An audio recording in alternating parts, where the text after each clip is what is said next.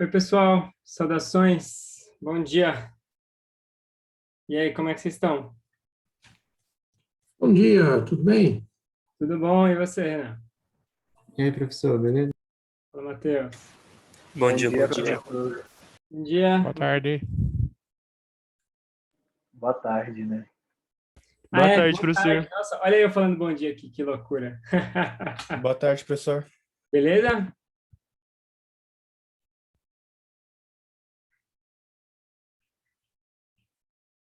E aí, pessoal, vocês têm alguma dúvida? Alguma coisa para a gente discutir antes de começar a aula? Ah, eu tenho, na verdade, uma coisa para falar com vocês, que é sobre a monitoria. Então, alguém me falou que coincidiu que a monitoria de quarta-feira, ela está batendo com a de cálculo, né? Vocês confirmam isso?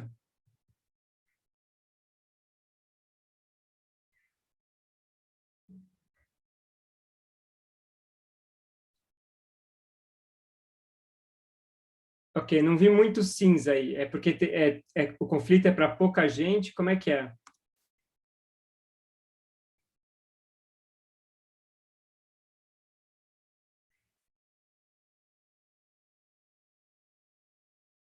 Tá. Alguém seria contra mudar para terça-feira, 1 hora da tarde?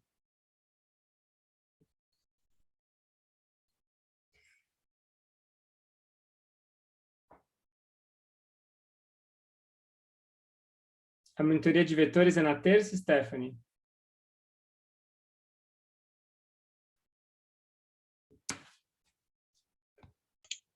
Professor, posso falar? Claro, à vontade.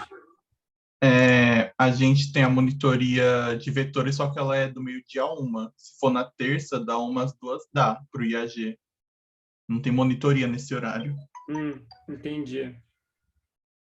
Stephanie, colocar no final da tarde pode resolver, mas é que eu acho que seria útil ter, como é um curso diurno, ter uma monitoria durante o dia, né? Já que a outra já é à noite. E terça, no final da tarde, também coincide com a aula de laboratórios do Hum, professor da Geofísica. tá bom. Então eu vou mudar para terça-feira, 1 hora. Se alguém achar que isso é muito pior, me fala. Assim, a princípio eu posso deixar na quarta, mas se ninguém se manifestar, eu vou mudar então para terça, 1 hora. Pode ser?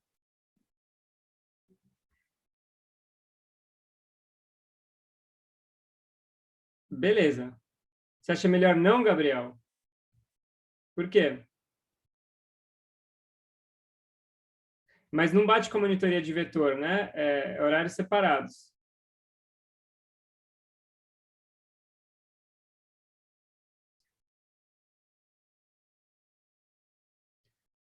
Pelo que eu entendi, a de vetores é do meio-dia a 1, né?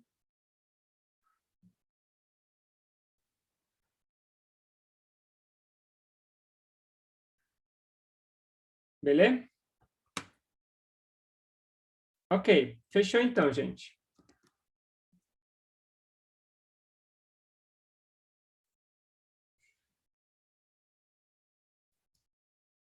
Então, vamos continuar de onde a gente parou na última aula. A gente estava falando sobre a ideia de a velocidade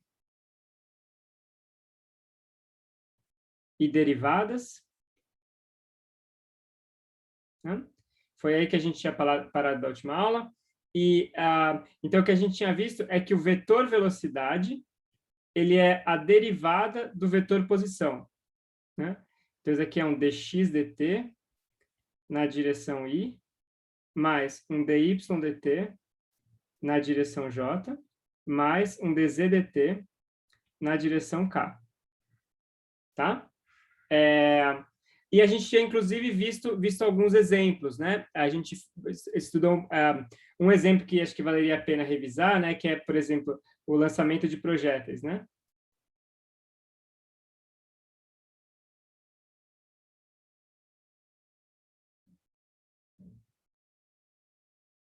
Então, a gente tinha visto que a equação horária, eu colocava um referencial aqui, né? Então, tinha o y para cima, o x aqui, e aí eu começava, por exemplo, aqui da origem e lançava esse projétil para cá, e a gente tinha visto que a equação horária era x de t igual a v0x t e y de t igual a v0, v0y t menos gt ao quadrado sobre 2, né? Então, isso daqui é a componente x e a componente y da velocidade inicial, e essas daqui são as equações horárias. Então, só lembrando o que a gente tinha discutido a última vez, isso daqui eu estou meio que assumindo que vocês sabem, mas não precisa se preocupar demais. A gente vai assim aprender como é que deriva essas equações horárias, né? Derivar a equação horária é a parte mais difícil do problema, na verdade. Quando você começa a falar de dinâmicas mais complicadas, chegar nesse resultado é essencialmente a parte mais complicada. Tá? E então aqui eu estou tudo bem, eu estou assumindo que vocês sabem, mas a gente vai depois ver como derivar não só esse tipo de equação horária, mas outras bem mais complicadas, tá?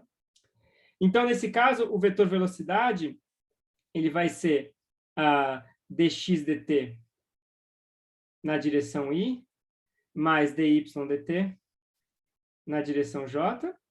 E aí, então, eu vou ter aqui ddt desse cara, v0x vezes t na direção y. Deixa eu colocar isso aqui embaixo, para ficar melhor. Mais ddt de v0y vezes t menos gt ao quadrado sobre 2 na direção j. E a gente agora, para fazer esse cálculo, a gente usa as regras da derivada, né?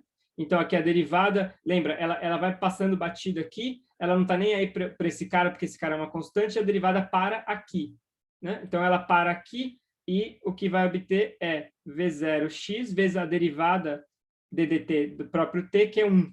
A gente tinha visto, né? Vou até escrever esses resultados aqui, que é o que a gente vai precisar, né? Que ddt de t é igual a 1 e ddt de t ao quadrado igual a 2t. Então, nesse termo eu vou ter só o v0y, e no segundo termo, a derivada vai primeiro bater aqui para me dar um v0y, e depois vai bater aqui para me dar um menos gt. Na direção j.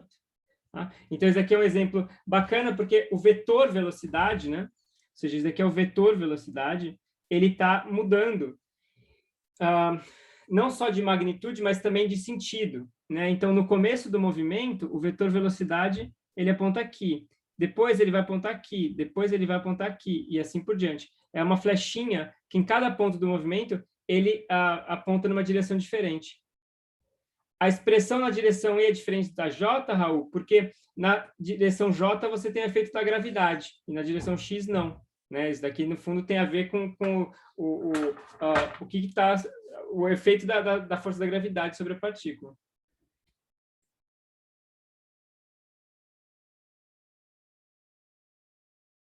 Beleza? Então, esse aqui é só um exemplo, né? Mas o cálculo é geral. Se eu tenho aqui a velocidade, o vetor posição r de t, eu tenho a velocidade v de t. Perguntas?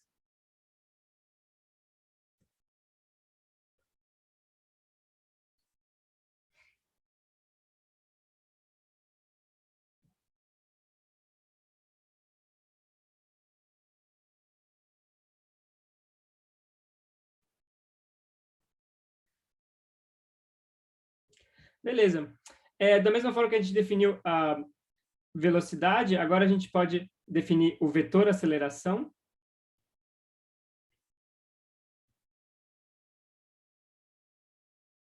Vetor aceleração. Né? Então, a aceleração, a definição, né, é que o vetor aceleração A, ele é a taxa de variação da velocidade. Ou seja, ele é a taxa de variação de cada uma das componentes da velocidade.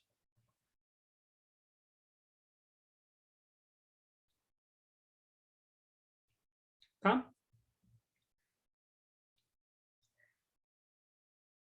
Então, isso aqui, provavelmente, assim, né, a gente já tem essa noção intuitiva lá do ensino médio, a aceleração tem a ver com quanto a velocidade varia.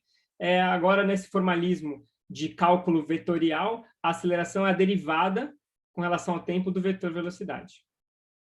Mas, como a velocidade, por sua vez, ela é a derivada do vetor posição, a gente escreve que a aceleração ela é o que a gente chama da derivada segunda da velocidade. Então, isso aqui é um símbolo novo,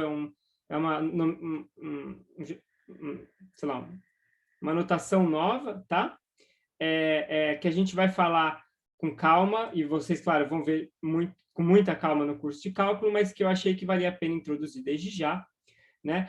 Se você tem o R, você deriva uma vez para calcular o V, se você tem o V, você deriva uma outra vez para calcular o A.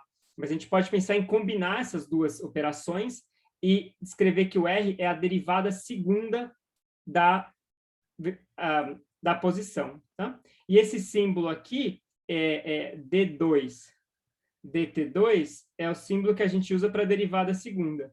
Né? Que a lógica é essencialmente essa daqui. Né? Ele é um DDT de um DDT. Eu aplico o DDT, depois aplico o DDT de novo. Lembra aquela história desse DDT como um operador? Ele atua numa função. Então, o D2, DT2 é a aplicação dupla desse operador. Eu aplico uma vez, aplico outra vez. Né? E aí eu obtenho a derivada segunda. Né? Então, se calcular uma derivada segunda, a gente sabe calcular uma derivada primeira, não tem problema, é só derivar duas vezes. Né? Isso aqui, no fundo, é só uma notação compacta para isso. Exatamente, é uma derivada de uma derivada. Exato. Então, a gente pode fazer um exemplo simples aqui. Né? Vamos considerar de novo. Vamos primeiro fazer um exemplo matemático. Né? Suponha que eu tenho uma função f de t que é igual a t ao quadrado. Né? Então, df dt é 2t. A gente tinha visto, né, que a derivada segunda... A derivada, desculpa, de t ao quadrado, cai esse 2 aqui. Então, é a tal da regra do tombo, né? Esse 2 aqui cai para cá e sobra um 1 aqui. Agora, eu posso derivar de novo. Então, se eu fizer ddt da função 2t, eu vou obter 2. Portanto, a derivada segunda de f é igual a 2. Né? Porque eu derivo e depois derivo de novo. Então, assim, derivada segunda não tem que ter medo, não tem novidade, não tem nenhuma grande novidade.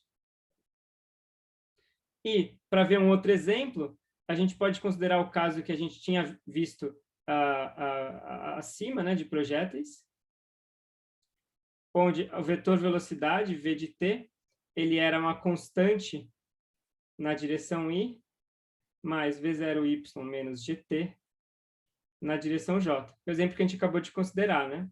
E aí, nesse caso, então, a aceleração a de t vai ser igual a dv dt. Então, vai ser, primeiro, eu tenho o ddt desse cara aqui, v0x, isso na direção i, mais o ddt de v0y menos gt na direção j. Quanto é que vale essa primeira derivada aqui, pessoal? ddt de v0x?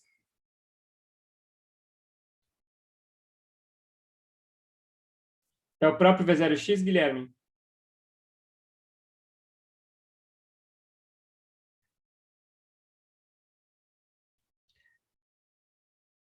Então, essa conta aqui é importante que a gente lembre. Então, vamos revisar, né? Sempre que a função ela é constante, se eu tenho uma função aqui que é constante, né? Peraí. Tem uma função que é constante aqui. Ela é plana, né? Isso aqui é constante. Não depende do tempo. Não varia no tempo, né? Então, se ela não varia no tempo, a derivada é a inclinação, né? É a inclinação da função. Então, é a taxa de inclinação. Nesse caso, não tem inclinação, tá? Então, a derivada de uma constante é zero. Ou seja, ddt de qualquer constante é igual a zero. Ok? Que a derivada, ela, no fundo, é a taxa de inclinação em cada ponto. Se é uma constante, então não tem inclinação. Beleza, pessoal? Tá claro isso daqui? Se não tiver, por favor, me interrompam. Esse tipo de conta daqui a algumas aulas eu vou começar a fazer isso meio que sem pensar, assim, tá? No começo é meio confuso mesmo, eu entendo perfeitamente. Tipo, a primeira vez que você vê isso é meio... Mas, assim, depois de um tempo isso fica meio automático, tá? Derivada de uma constante é zero. Se não tiver claro, por favor, me interrompam, pergunta e a gente...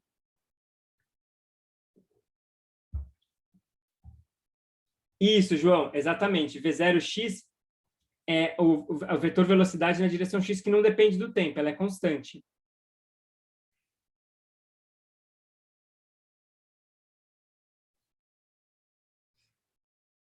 Ok? E aí agora, quanto que vai valer essa outra derivada aqui? Ou seja, a derivada dessa função com relação ao tempo?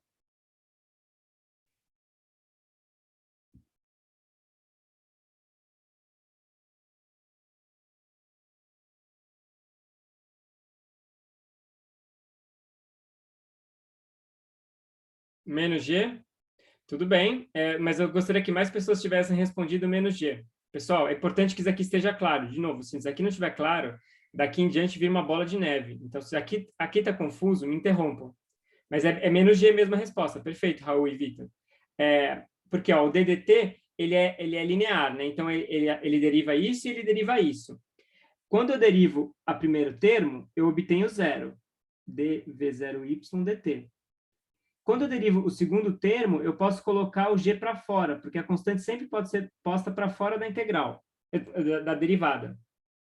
Então, agora eu obtenho que esse cara é zero e esse outro cara aqui é 1. Tá? Peraí. E esse outro cara aqui é 1. Então, isso daqui vai ser menos g. Ou seja, a aceleração ela é menos g na direção j. O que faz todo sentido, né?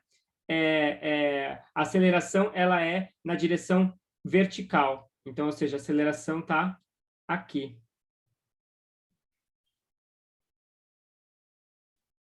Tá? Guilherme, essa história do g sair fora da derivada é uma propriedade da derivada, né? Então, deixa eu até repisar isso daqui aqui. Então, eu tenho essa propriedade da derivada. A gente já visto na última aula duas propriedades, na verdade. Uma era que, se eu tenho uma derivada de qualquer constante vezes uma função do tempo, a constante pode ser posta para fora. Então, fica c vezes df dt. Isso é uma propriedade geral da derivada que vem da própria definição dela, né? E a segunda é que a derivada da soma de duas funções, f1 de t mais f2 de t, é igual a soma das derivadas, df1 mais df2. Tá? E são duas propriedades que, assim, eu não cheguei a demonstrar isso da própria definição, mas é um exercício razoavelmente tranquilo, né? Ou seja, ambas seguem dessa definição que a derivada de uma função f é o limite de ΔT tendendo a zero, de f de t mais ΔT, menos f de t sobre ΔT.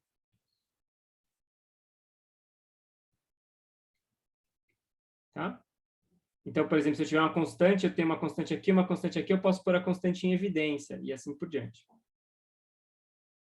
Beleza? Então, a conclusão que a gente chega é que, no caso do lançamento de projéteis, a aceleração está apontando para baixo.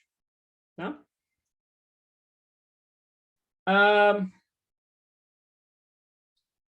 Então, o que a gente viu aqui, essencialmente, é que se a gente tem o vetor r, eu posso obter a velocidade, vetor velocidade, e eu posso depois obter a aceleração. E, para fazer isso, eu uso um DDT em cada, né? Então, eu tenho o meu R, é o R de T, né? Tudo de T aqui. Eu tenho o R de T, eu aplico uma derivada, eu obtenho velocidade, eu aplico uma derivada, eu obtenho aceleração. Tá? Eu preciso adiantar para vocês que, em geral, esse caminho não é tão interessante. O caminho que a gente vai querer, que é o caminho mais útil, é a volta, né? Isso daqui é o que é realmente interessante.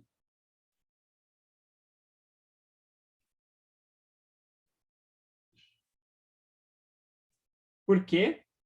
Porque isso daqui vai vir da segunda lei de Newton.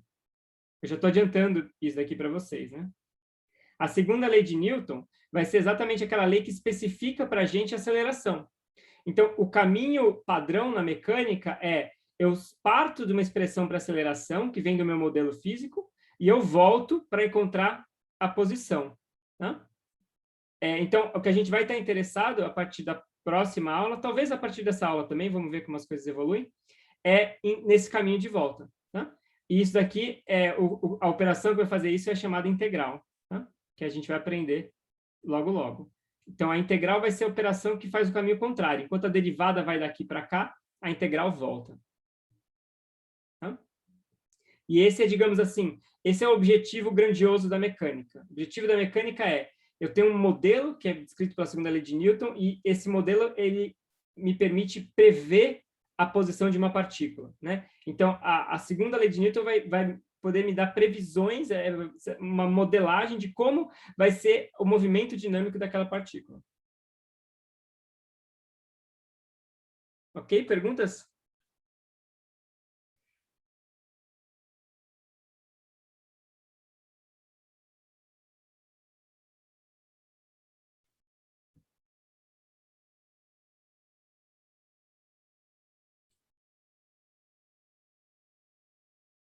Beleza.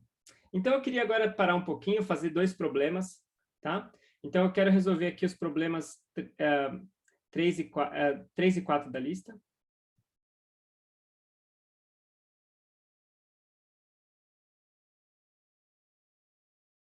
Isso aí, Celso, exatamente.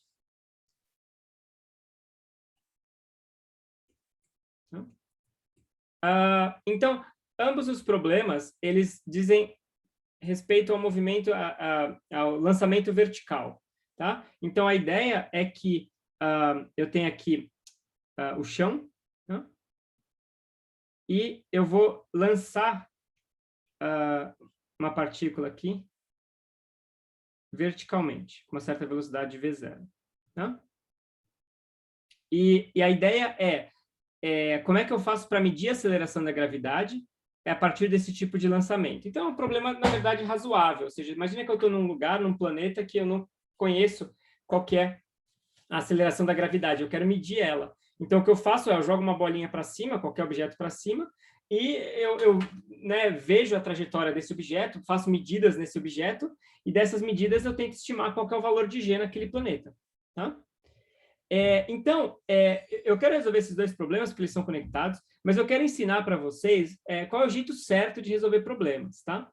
Então, eu vou colocar aqui uma espécie de um checklist de coisas que vocês precisam fazer para resolver problemas ao longo de todo esse curso, tá? Então, isso daqui é a lista de sanidade.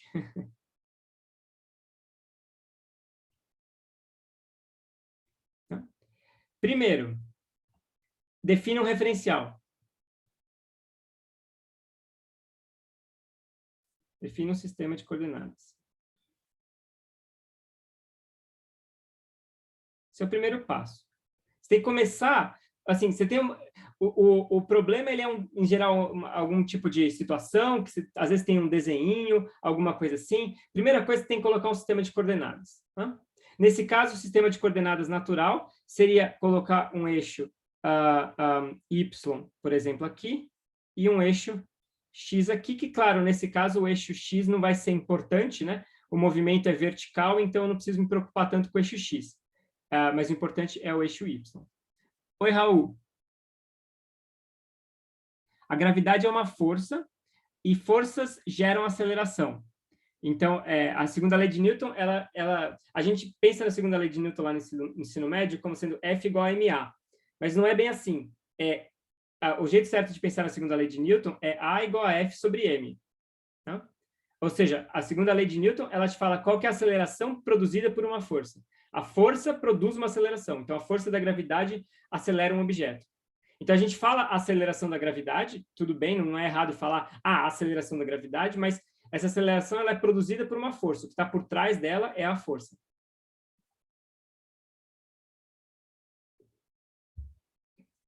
Beleza? Então, beleza. 1, definir o sistema de coordenadas. 2, escrever a equação horária.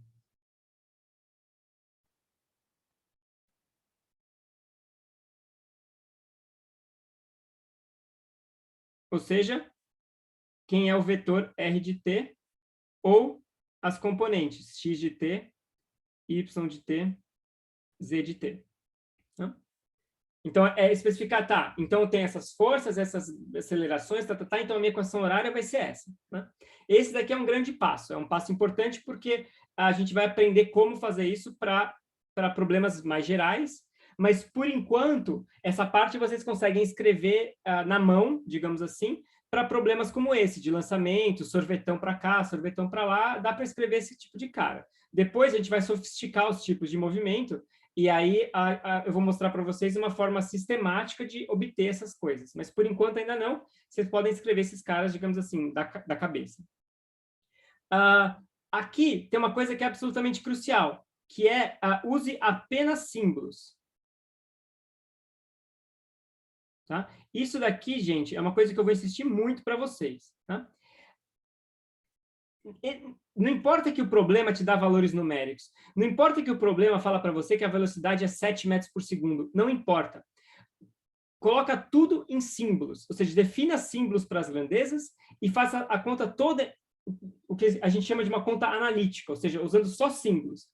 Por quê? Porque isso daí te permite monitorar ao longo da conta onde que cada grandeza está entrando. Se você começa a jogar número para tudo quanto é lado, esses números vão se cancelando e fica uma lambança. Quando você usa símbolos, você consegue ter controle sobre a sua conta ao longo de todas as etapas. E mais, quando você chega no resultado final, você vai ter um resultado que vale para qualquer parâmetro. Então, você pode estudar, por exemplo, o que acontece se você muda a velocidade, e assim por diante. Você obtém a dependência do seu resultado nesses parâmetros. Tá? Então, nunca use números no começo. Números é só no final.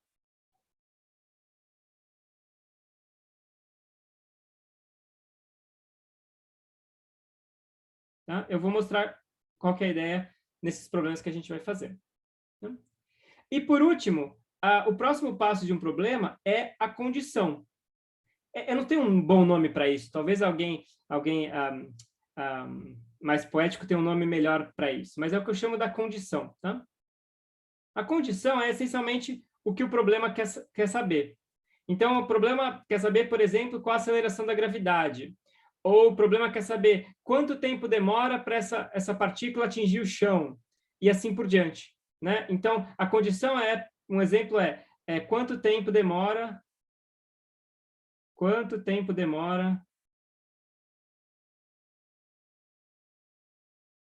para a partícula atingir o chão.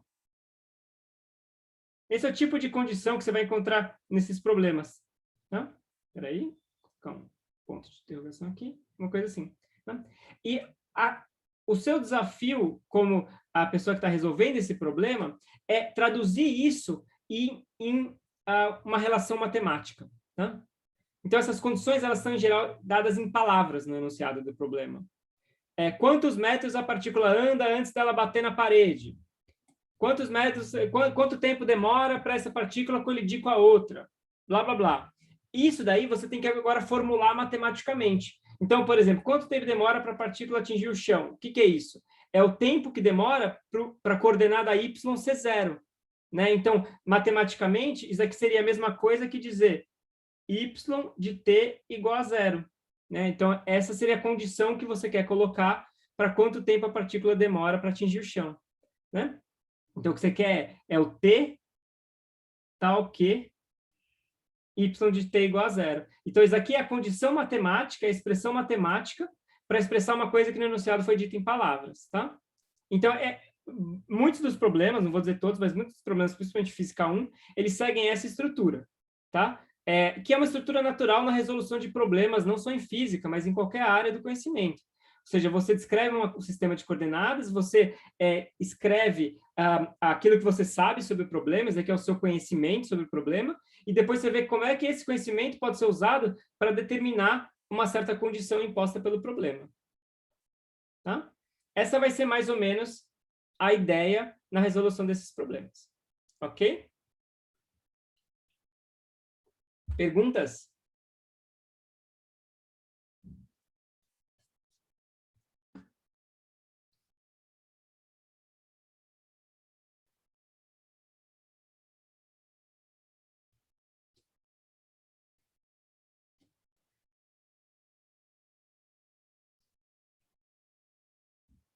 Espera aí, deixa eu ver se consigo fazer uma linha reta aqui.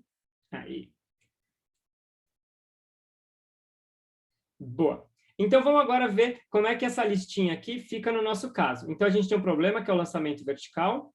Definir o meu sistema de coordenadas. Então, eu tenho uma imagem física do que está acontecendo. A partícula está aqui, ela é lançada, ela sobe, para e cai. Né? Agora, eu tenho que escrever a minha equação horária. Então, nesse caso, é muito simples. Eu tenho que olhar apenas para a coordenada y, né? E eu preciso impor aqui as condições do meu sistema de coordenadas. Então, em particular, a minha origem. A expressão geral seria uma coisa assim, né? O sinal aqui é negativo, porque eu estou colocando meu y apontando para cima, então a gravidade puxa para baixo. Né? Isso daqui é a condição inicial, isso daqui é a velocidade inicial. Como y de 0 igual a 0, então eu tenho y de t igual a v0t menos g t ao quadrado sobre 2. Então, esse daqui é o segundo passo aqui. Né?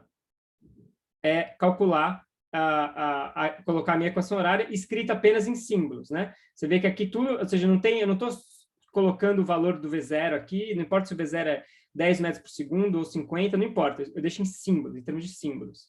Né?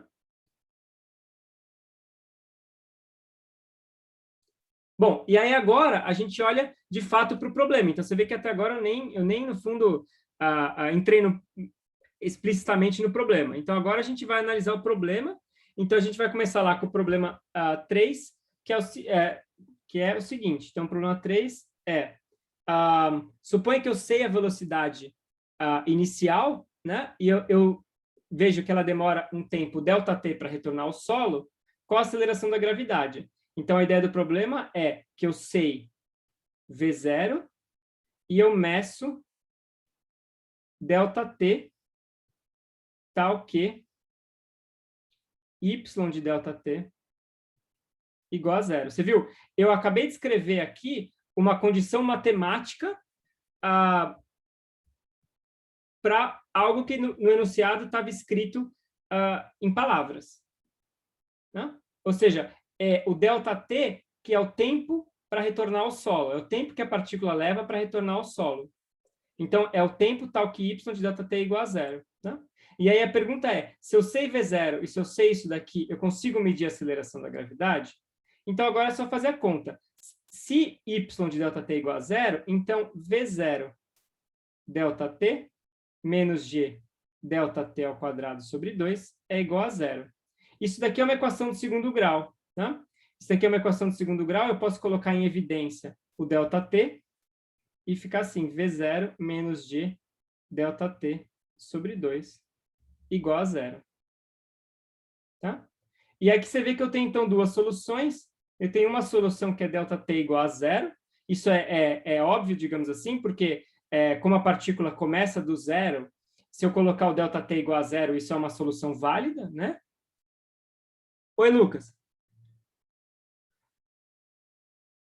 Boa, Lucas. Aqui, V0 e G, ambos são parâmetros, né? O que a gente, em geral, representa como vetores são o vetor velocidade, o vetor posição, o vetor aceleração e assim por diante.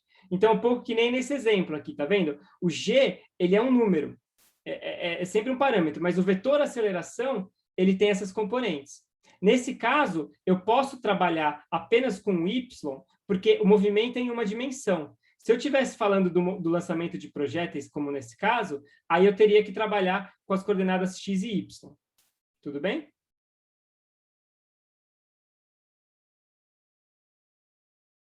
A gente tinha discutido isso, Lucas, umas 2 aulas atrás, que é um pouco essa ideia de que, assim, em várias ocasiões, como, por exemplo, essa, eu não preciso escrever as coisas como um vetor. Eu poderia escrever. A gente pode, inclusive, colocar aqui, né? O vetor posição, ele é x0, y de t, z0. Ou seja, a posição é fixa nas coordenadas x e z, e ela só muda na coordenada y. Beleza? Então, voltando aqui, quando eu imponho essa condição que y de t é igual a 0, eu obtenho uma equação de segundo grau que tem duas soluções. Uma sendo ΔT igual a 0 e a outra sendo ΔT igual a 2v0 sobre g. Tá? Então, com isso, eu sei que g pode ser determinado como sendo 2v0 sobre ΔT. E essa aqui é a minha expressão. Então, se eu estou num planeta lá, sem saber qual é a aceleração da gravidade, eu posso simplesmente jogar uma bolinha para cima, sabendo a velocidade dela, eu vejo quanto tempo ela demora para subir e descer, e aí isso daqui vai me dar, através dessa fórmula, a aceleração da gravidade. Então, isso aqui seria um método para medir a aceleração da gravidade. Ok? Perguntas, pessoal?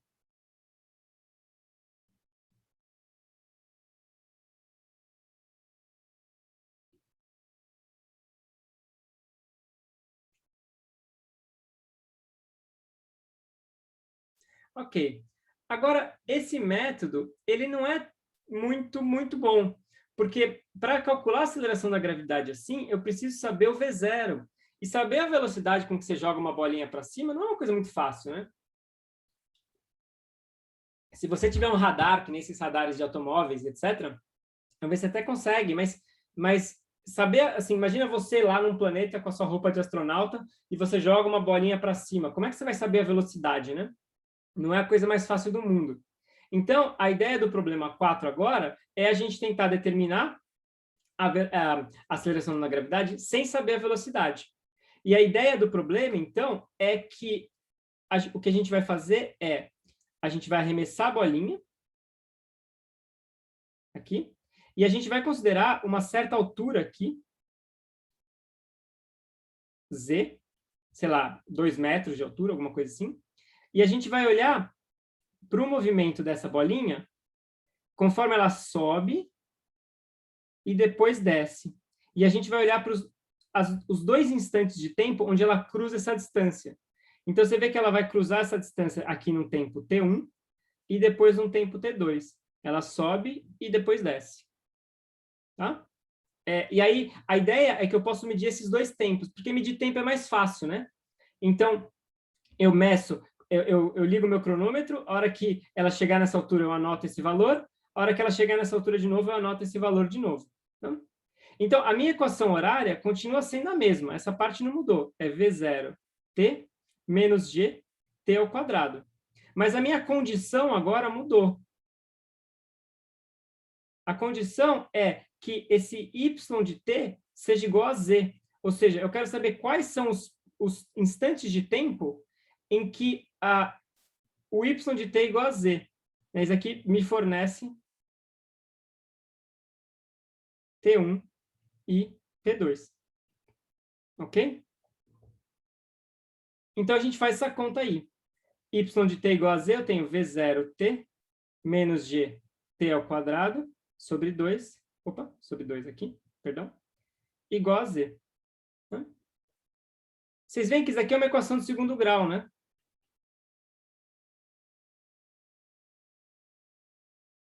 Eu posso escrever ela assim, ó, menos g t ao quadrado sobre 2 mais V0t menos z igual a 0.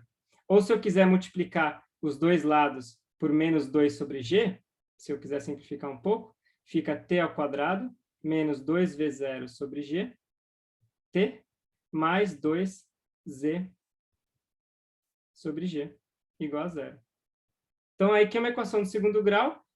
As soluções são t1 e t2, que é menos 2v0 g sobre 2, né? Menos b sobre 2a, lá no nosso amigo do Bhaskara, mais ou menos 1 meio raiz desse cara ao quadrado, 2v0 sobre g ao quadrado, menos 4 vezes 2z sobre g.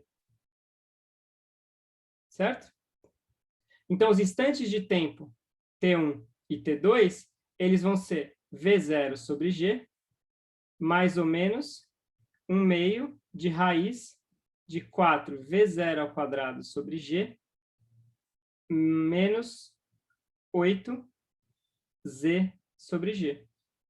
Ou, simplificando mais um pouco, v0 sobre g, mais ou menos raiz de V0 ao quadrado sobre G menos 2Z sobre G.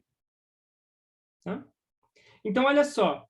Tudo isso daqui não teve física. Aqui não entrou física nenhuma. Né? A física parou aqui. A gente dá um intervalo na física aqui. Aqui é tudo matemática. Né? E agora a gente volta para a física. Faltou um meio na última linha, Raul? Aqui, você disse?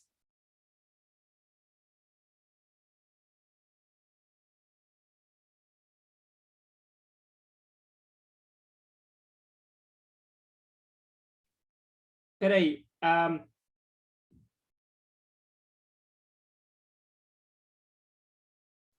Isso, desculpa. Esse quadrado está errado mesmo. Desculpa. Aqui é quadrado. Perdão. Aqui é quadrado. Mas o 2 eu acho que cancelou, né, Raul? Porque, ou seja, aqui tinha um 2 que matou com esse 2, e é que esse 1 meio eu entrei com ele para dentro da raiz. Então, esse 1 meio cancelou com 4 e cancelou com 8.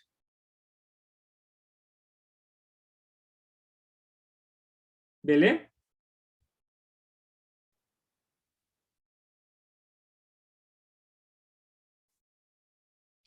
Então, vocês veem, ênfase de novo nisso. Tudo isso daqui é matemática. Então, esse passo, tudo bem, se você achou que eu fiz talvez um pouco rápido, depois tenta refazer com mais calma, etc. Mas aqui não tem novidade. É só ficar manipulando, é álgebra, né? É álgebra simples. Tá?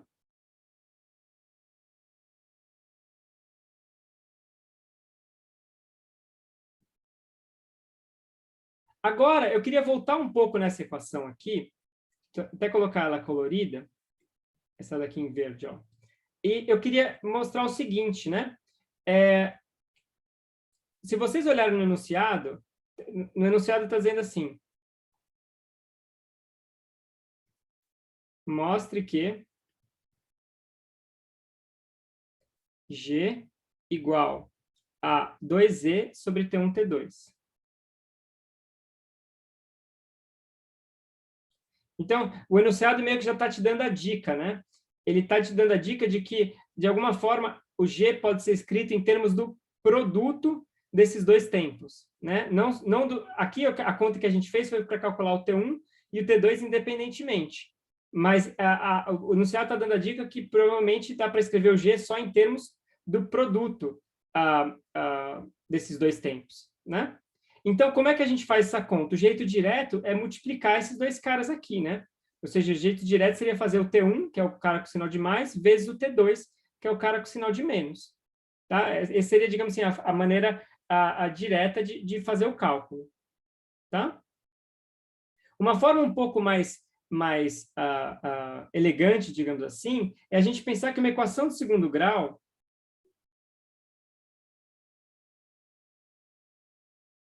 ela sempre pode ser escrita da seguinte forma: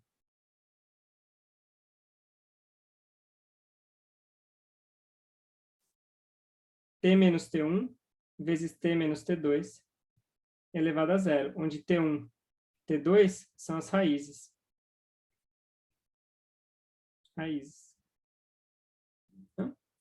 Então, abrindo isso daí,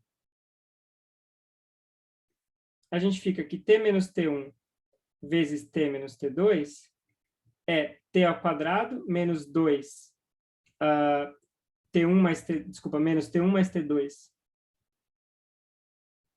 vezes T mais T1, T2. Isso é igual a zero. Né? Então, vocês veem que se eu comparar isso daqui agora com a equação que eu tinha aqui em cima, ó, essa equação em verde, vou até copiar e colar, a gente consegue ler de forma um pouco mais simples quem que é o T1, T2. T1, T2 tem que ser esse último termo aqui, ó, tá vendo? Ou seja, esse termo tem que ser esse termo tem que ser esse. Então, isso daqui tem que ser igual a 2Z sobre G. Oi, Raul.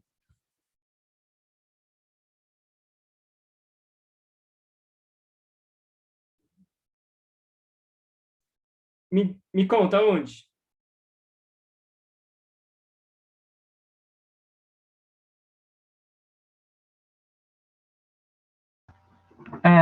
O senhor tá me ouvindo? Tô sim. Eu acho que tem só um detalhezinho porque, se eu não me engano, isso só vale para o caso específico do A ser igual a 1, né? Se a gente pensar na equação de segundo grau descrita nas variáveis nas quais ela geralmente é descrita, ax ao quadrado mais bx mais c igual a zero, isso aí que o senhor fez é o caso específico onde o A vale 1. Quando Por você isso- vai fatorar a equação em função das raízes, você ali, ó, onde você colocou t menos t1, t menos t2 igual a zero. Esse é o caso onde o A vale 1, né? Se eu não me engano, você precisava colocar mais um termo nesse produto que simbolizaria o A. Tanto é que você vê que quando você expandiu o produto, né, na soma, quando você de fato fez a conta, você ficou com o termo t ao quadrado. Ele não está acompanhado por uma constante. Geralmente, a forma canônica, né, da equação de segundo grau, você tem uma constante qualquer acompanhando o termo t ao quadrado. Então, acho que você fez para o caso específico onde a constante vale 1. Perfeito. Mas foi por isso que eu coloquei esse cara aqui, né? Por isso que a equação era essa daqui, ó. E é exatamente para colocar desse jeito mais simples, eu escrevi desse jeito. Né? A equação de segundo grau, ela sempre é alguma coisa igual a zero. Então, o A, ele nunca é necessário, né? Porque eu sempre posso multiplicar por 1 sobre A e eliminar o A da equação. Faz sentido? Nossa, eu não pensei nisso. Caramba, muito Porque o bacana outro lado é esse. zero. Então, se eu divido por 1 sobre A, eu sempre posso jogar fora o A. Sim, sim, de fato. Eu tava pensando que, de alguma forma, o A tinha, sei lá, sido engolido, mas foi um processo algébrico no qual você multiplicou por 1 sobre A, então, né? É, exatamente, que eu tava com esse cara aqui. Isso é um truque que eu sempre faço, tá? Não precisa fazer, assim, tem gente que faz, a gente não faz. Mas eu odeio o A, eu sou contra o A. Acho que o A não merece estar na equação. Então, eu sempre me livro do A, dividindo por 1 sobre A, no fundo, para deixar o termo com t ao quadrado limpinho. Tá bom, professor, obrigado pela explicação. Beleza? Oi, Renan. Tudo bem, pode ser, Renan, não tem problema não. Eu já vi outras pessoas que fizeram assim também. Não existe uma única forma de resolver o problema. O que é interessante, né? Deixa eu então só concluir aqui, depois se qualquer coisa, se não ficar claro, você me pergunta de novo. É que então você vê que a gente chegou exatamente no que o enunciado queria, né? Ou seja, o produto das raízes, ele é dado por 2d sobre g, e, portanto, só jogando g para cima, o t1, t2 para baixo, eu fico com isso daqui, né? Tá? Então, o que eu acho interessante é o seguinte, os tempos de subida e descida, isso aqui, digamos assim, é um método engenhoso. Tá? Quem inventou esse método, digamos assim, para estudar a interação da gravidade, a aceleração da gravidade, é um método engenhoso. Por quê? Porque os tempos de subida e descida, eles dependem da velocidade. É claro que dependem, né? Se a velocidade for zero, nem tem subida e descida. Então, é claro que os tempos de subida e descida têm que depender da velocidade. Mas o produto entre eles não depende. O produto deles só depende dessa altura z. Né? Então, esse é o truque. Ou seja, em vez de eu olhar para esses caras inteiros aqui, que dependem de forma complicada no z e no g, etc., eu olho apenas para o produto entre eles. E aí, com isso, eu consigo obter uma estimativa da aceleração da gravidade que não depende da velocidade. Né? Então, olha só. Olhando aqui mais de longe, isso daqui é preparação, tá? Aqui eu estou preparando o problema, eu estou colocando o meu referencial, eu estou colocando a minha equação horária, eu estou impondo as minhas condições que o problema quer impor. Né? Tudo isso daqui, na verdade, até aqui, é matemática, tá? É a manipulação algébrica, e no final eu volto para a física. Então, agora eu volto para a física e eu interpreto fisicamente o meu resultado, ok? Então, é absolutamente crucial, e eu vou, inclusive, colocar isso daqui como mais um item aqui da minha lista, que é conseguir ver além da matemática, né? Ver além da matemática. A complexidade matemática vai aumentando, vocês vão sentir isso ao longo das próximas semanas. Né? É crucial que, depois dessa lambança matemática toda, vocês consigam ver além dela e interpretar a física. Tá? É muito comum a gente se perder na matemática, a gente começa aqui, a gente vai indo, e depois a gente vai embora, a gente se perde. Ok? Então, sempre que vocês terminarem a conta, terminou a matemática, tentem ver além da matemática. Beleza? Tudo bem, Laura, não tem problema. Essa é uma forma que eu gosto de ver. Por que eu gosto de resolver esse problema desse jeito? Posso até explicar para vocês. Porque a gente escreve com muita frequência esse tipo de equação, né? Leis lá do ensino médio. E a gente poucas vezes lembra que isso daqui é uma equação de segundo grau. Então, a gente esquece que, apesar disso daqui... ou seja, a gente não conecta muito bem a matemática com a física. Em física, a gente escreve isso. Em matemática, a gente aprende sobre parábolas e equações de segundo grau. E, às vezes, a gente esquece que isso daqui é uma equação de segundo grau. Então, as coisas que eu faço com relação à física também valem para a matemática. Ou seja, tem essa conexão. Ok? Renan, não vou resolver a questão 5 aqui, não. Pelo menos não agora. Eu queria que vocês tentassem resolver a questão 5 por conta, tá? Fico feliz, Laura.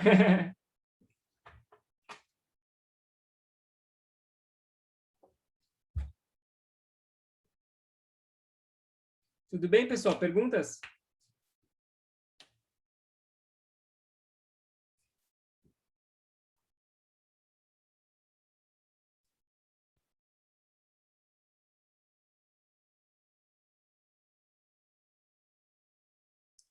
Beleza, então eu vou continuar, eu vou fazer mais um exemplo, tá? Aqui, mas antes de fazer esse exemplo, eu queria só introduzir e falar rapidinho sobre a ideia da equação de Torricelli.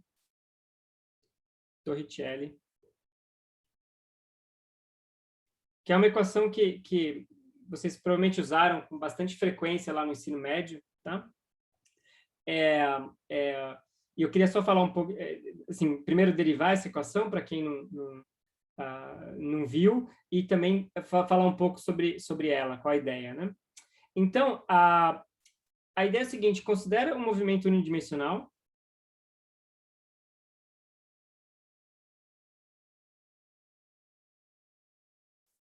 um D uniformemente acelerado.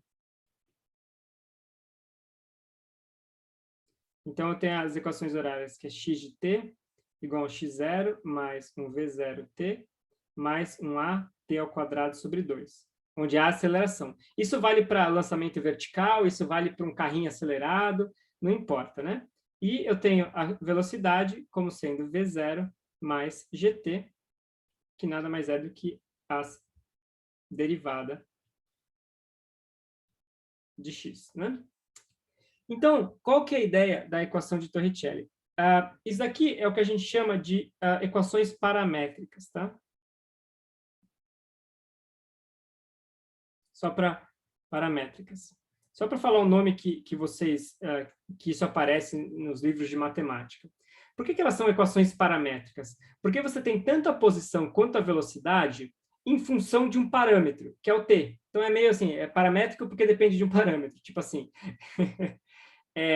Mas a ideia é que, conforme o tempo passa, né, tanto a posição quanto a velocidade mudam. Então, você tem um gráfico que é posição em função do tempo e outro gráfico que é a velocidade em função do tempo. Então, você tem duas grandezas físicas que estão mudando no tempo. Né? A ideia da equação de Torricelli, né, a equação de Torricelli, é tentar escrever isso daí como sendo uma equação para o x em função da velocidade, ou seja, relacionar posição com velocidade. Tá? Mas antes da gente, então, fazer essa conta, deixa eu só dizer o seguinte: equação de Torricelli, eu não vou mentir, para esses problemas que a gente vai tratar nas listas, principalmente 1 e 2, essa equação ela é muito útil, tá? Os problemas do ensino médio também, assim, essa equação ela é útil, ela é prática, tá? Mas essa equação ela é super limitada, ela só vale para esse movimento uniformemente acelerado, tá? Só para isso. Para outros tipos de movimento, não tem mais Torricelli nenhum. Então, esse tipo de equação ela não tem nada de fundamental. Ela é só uma equação prática que facilita a nossa vida nesse tipo de movimento. Tá? Ela é útil, mas ela não tem nada de fundamental nela. Tá? Eu quero deixar isso bem claro, porque no futuro, logo, logo, a gente vai começar a ver tipos de movimentos mais complicados e Torricelli não se aplica mais. Ok? Então, qual que é a ideia? Né? A ideia é simples. Eu começo com essa equação da velocidade e eu vou isolar o t. Então, eu pego essa equação, eu jogo esse v0 para cá e divido por t. t igual a V menos V0 sobre G. E agora eu substituo isso nessa equação aqui. Então, eu isolo T em uma e substituo na outra. Eu fico com x igual a x0 mais V0 vezes V menos V0 sobre G, mais A sobre 2, V menos V0. Desculpa, nossa, eu viajei aqui, pessoal. Não é G aqui, desculpa. Eu não estou considerando a aceleração da gravidade, perdão, pessoal. É uma aceleração genérica aqui, né? A A é uma aceleração qualquer.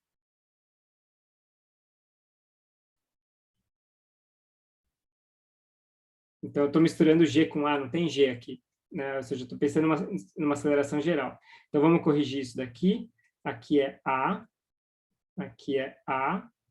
e agora aqui vai ser A, e tudo isso ao quadrado.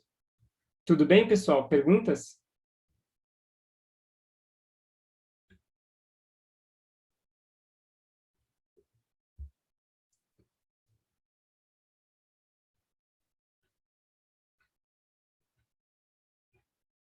Não? Vocês estão muito calados hoje, gente. Estou começando a ficar assustado. Se vocês não estiverem entendendo, perguntem, por favor.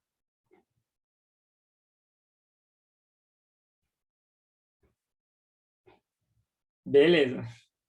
Então, vamos lá. Agora é só simplificar, não tem muito mais o que fazer. A aula está muito boa, Guilherme? Aí sim. Então, vamos agora tentar simplificar um pouco isso daqui, ó. Eu tenho uma coisa meio feia aqui, então vamos ver o que acontece. Eu tenho V0 menos V, desculpa, V menos V0 sobre A, mais. Aí aqui, ó, nota que tem um A que vai cancelar, né? Então, tem um A em cima e um A ao quadrado embaixo. Então, fica 1 sobre 2A, V menos V0 ao quadrado. E agora, o que eu faço é, eu coloco um A em evidência. Então, eu colocar um A em evidência. Quer dizer, eu posso até ser mais ousado aqui, ó. O que a gente pode pôr em evidência aqui? Ou seja, o que desses dois termos tem igual de um para o outro? Tem o A, já adiantei isso aqui, né? Mas tem um outro termo que eu posso pôr em evidência aqui. O que vocês acham? V menos V0? Desculpa, fala de novo? V menos V0? Perfeito, V menos V0. Eu posso pôr um deles em evidência. Aqui tem dois, mas eu ponho um, né? Então, no primeiro termo eu tenho um V0, e no segundo termo eu tenho um V menos V0 sobre 2. Tá? E aí, o que sobra aqui do meio? Ó? Sobra V... esse V não interage com ninguém, ele fica quietinho, mas esse menos V0 sobre 2 interage com esse mais V0 para ficar V mais V0 sobre 2. Então, esse daqui vai ser x0 mais V menos V0, V mais V0 sobre 2A. E aí, por último, eu posso agrupar esses dois termos aqui, né? Tem aquela história que uma coisa menos a outra, uma coisa mais a outra, é esse ao quadrado menos esse ao quadrado, né? Então, eu chego aqui x igual a x0 mais v ao quadrado menos v0 ao quadrado sobre 2a. Ok? Então, essa aqui é a equação de Torricelli. Ela relaciona a posição diretamente com a velocidade, ou seja, eu eliminei o tempo, né?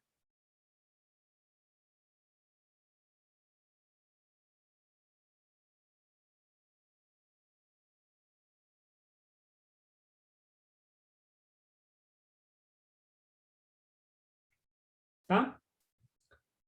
Tá claro, pessoal? Perguntas?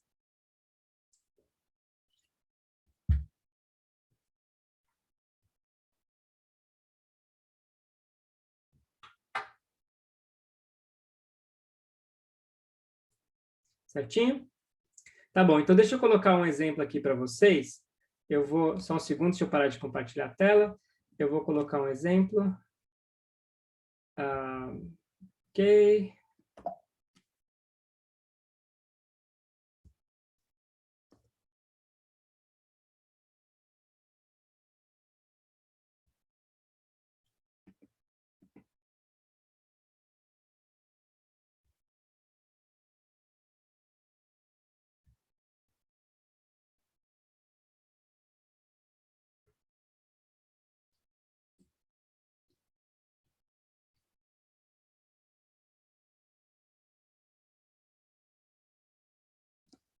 Voltando.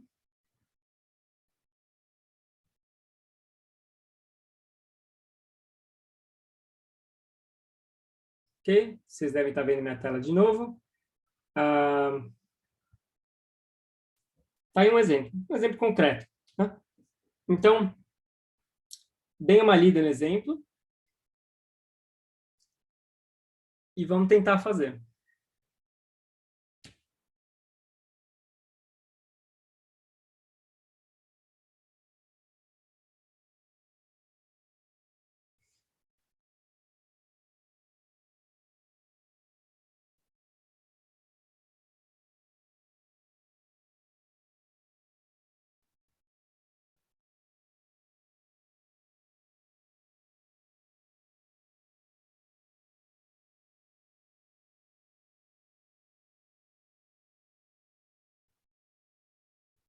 Beleza, pessoal? Então, qual que é a ideia? Vamos tentar discutir um pouquinho a ideia aqui. Eu tenho um movimento que é unidimensional, né? Eu tenho um sistema de coordenadas x aqui. Eu vou colocar uma origem do meu sistema de coordenadas. E eu tenho aqui um carrinho.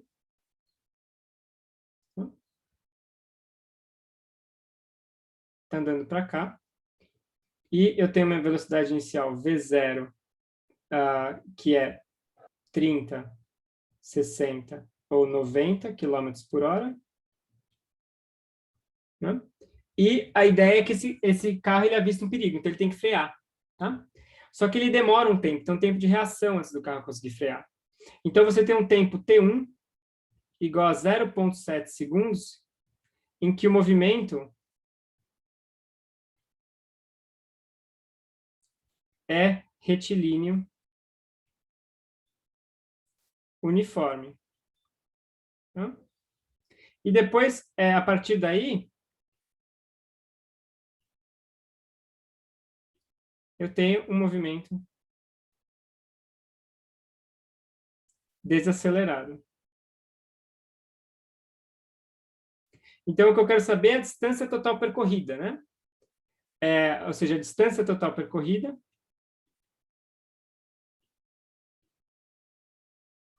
vai ser, ela pode ser dividida em duas, né? D1 mais D2. Primeiro eu tenho a distância que o carro percorre antes do motorista começar a frear, e depois eu tenho a distância que o carro percorre depois que o motorista começa a frear. Faz sentido o cenário, digamos assim? Tá claro o que está acontecendo? Boa. Então, vamos lá.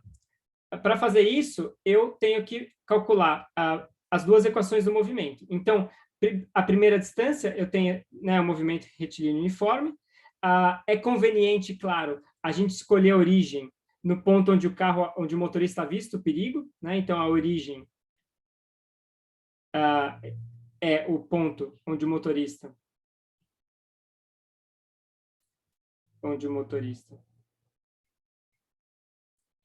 avista o perigo. Isso faz sentido, né? Vai simplificar nossa vida. Então, eu tenho que, para calcular D1, eu tenho que, eu começo escrevendo a equação horária. A equação horária é a equação de um movimento retilíneo uniforme, tá? Então, ou seja, essa daqui é a minha equação horária. Tá? E agora eu coloco a minha condição. A minha condição, nesse caso, é que o tempo T1, ele vale 0,7 segundos.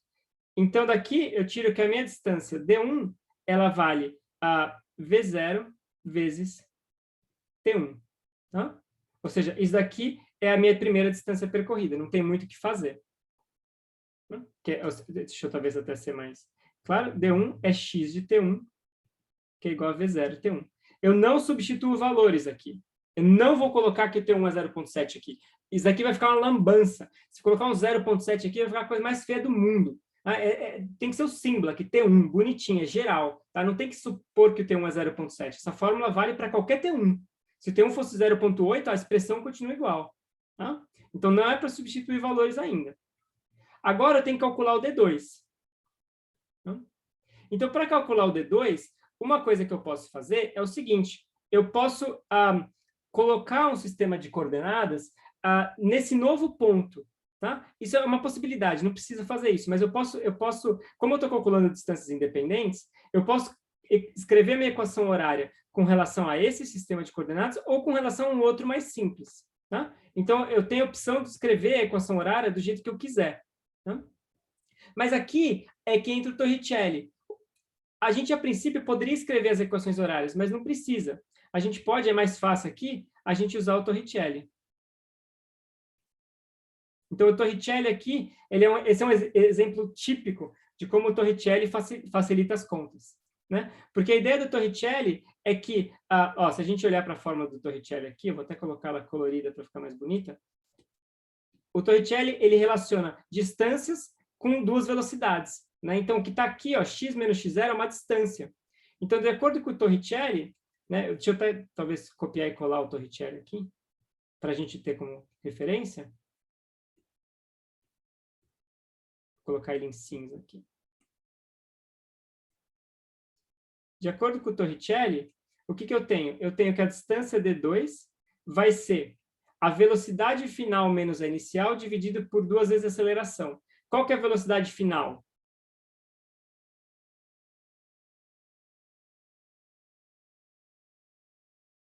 Zero. Eu quero que o carro pare. Então, é 0 ao quadrado menos a velocidade inicial, que é v0 ao quadrado, dividido por 2 vezes a aceleração. E aí aqui que a gente tem que tomar um pouquinho de cuidado, que ela é uma desaceleração.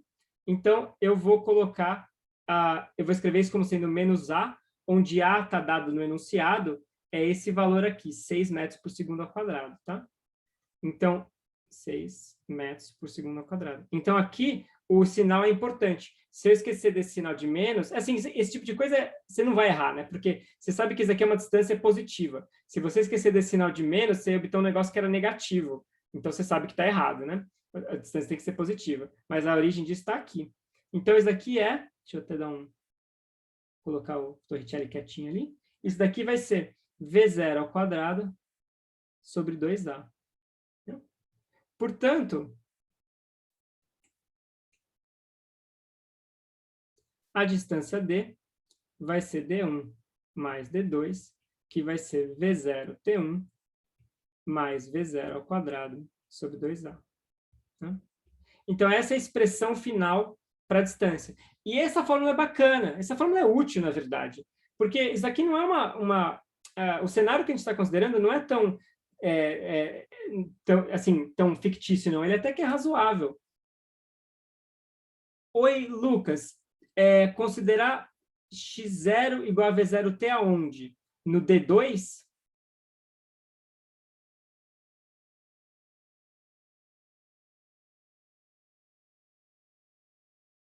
No Torricelli? Não, a ideia do Torricelli é exatamente não ter que mexer com o tempo. Porque, olha só, a pergunta do Torricelli... acho que o exercício ilustra bem a ideia, né? A pergunta que a gente está tentando fazer aqui é a distância percorrida até parar. Né? Então, você vê que ele não está perguntando o tempo até parar. Se estivesse perguntando o tempo até parar, aí seria interessante ter uma coisa envolvendo t. Mas como a gente quer saber a distância até parar, a gente teria que primeiro calcular o tempo até parar e depois usar o sorvetão para calcular a distância até parar. O Torricelli, ele burla isso. Então, ele já dá direto para a gente o x em função da velocidade.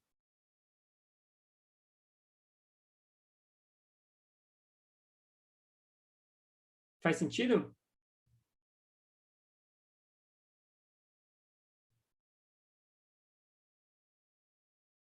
Nem precisei, Lucas. Boa pergunta. Eu nem precisei, porque o que entra no Torricelli é a distância, né?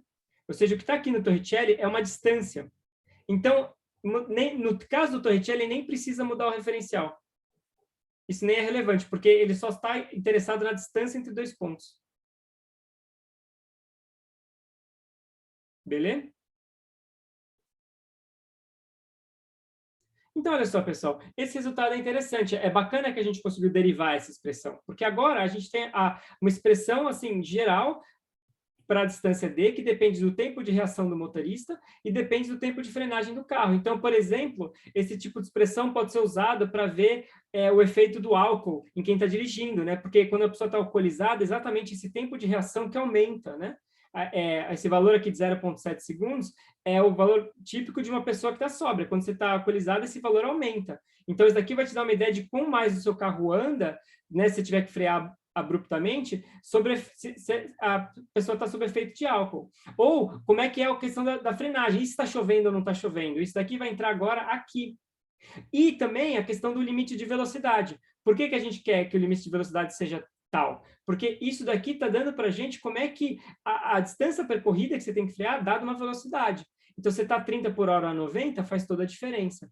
Então, vocês veem, um resultado que nem esse é super simples, mas ele é bacana que a gente escreveu essa expressão assim fechada, porque agora a gente pode estudar o que acontece quando a gente vai mudando diferentes parâmetros, V0, T1, A e assim por diante.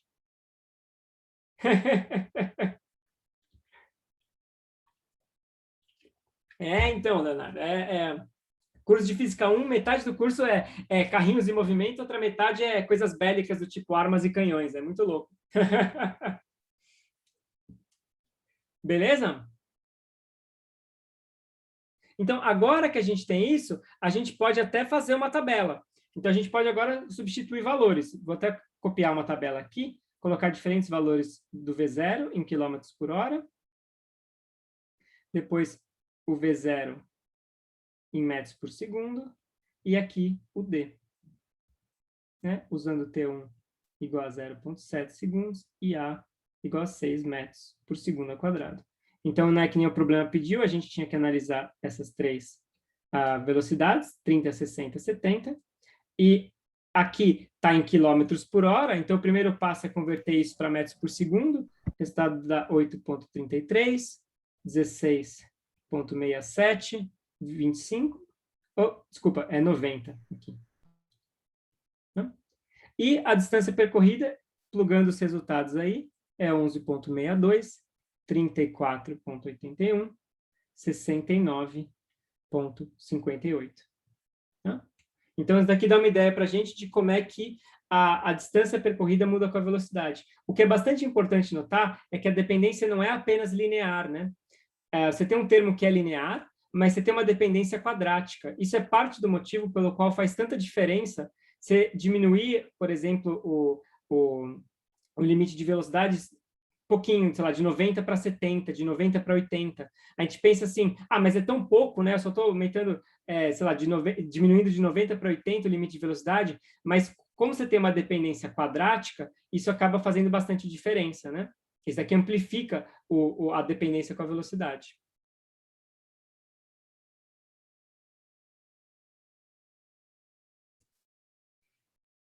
Beleza, pessoal? Perguntas?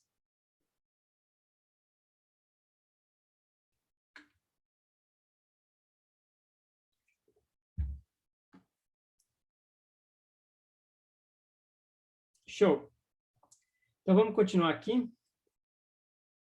Vou dar mais uns 15, 20 minutinhos de aula, depois a gente para, tá? Alguma dúvida sobre isso? A gente vai mudar um pouquinho de assunto. Alguma questão sobre o que a gente discutiu aqui? Torricelli, o que mais que a gente falou aqui? Ó? A gente falou do como resolver problemas, né? Escrever equação horária. Lembrem disso daqui, ó. Não esqueçam dessa listinha de sanidade aqui. Por que a tristeza, Stephanie?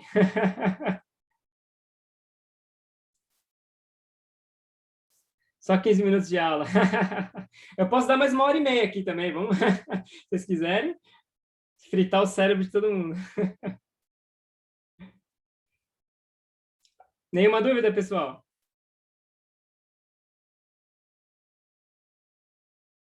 Show. Então, eu queria falar um pouquinho mais sobre derivadas, né? Eu queria voltar um pouco na questão da derivada. Round 2.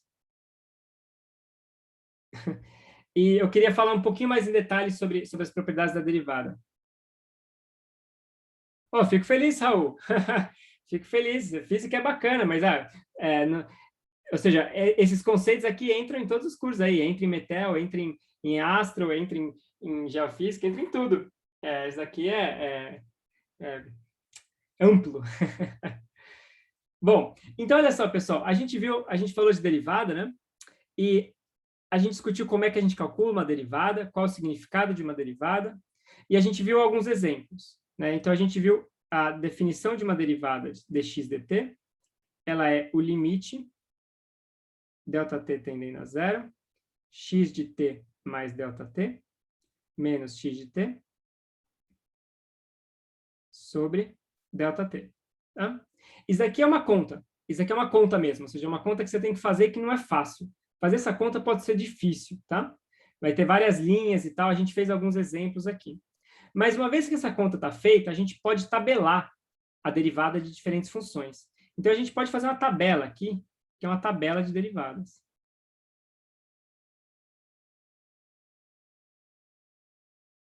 Tá? Então, por exemplo, a gente viu que a derivada de um polinômio t elevado a n era nt elevado a n menos 1. Cai um fator de n, sobra n menos 1. Tá? Então, isso daqui, a gente, na verdade, não demonstrou isso em toda a sua glória, né?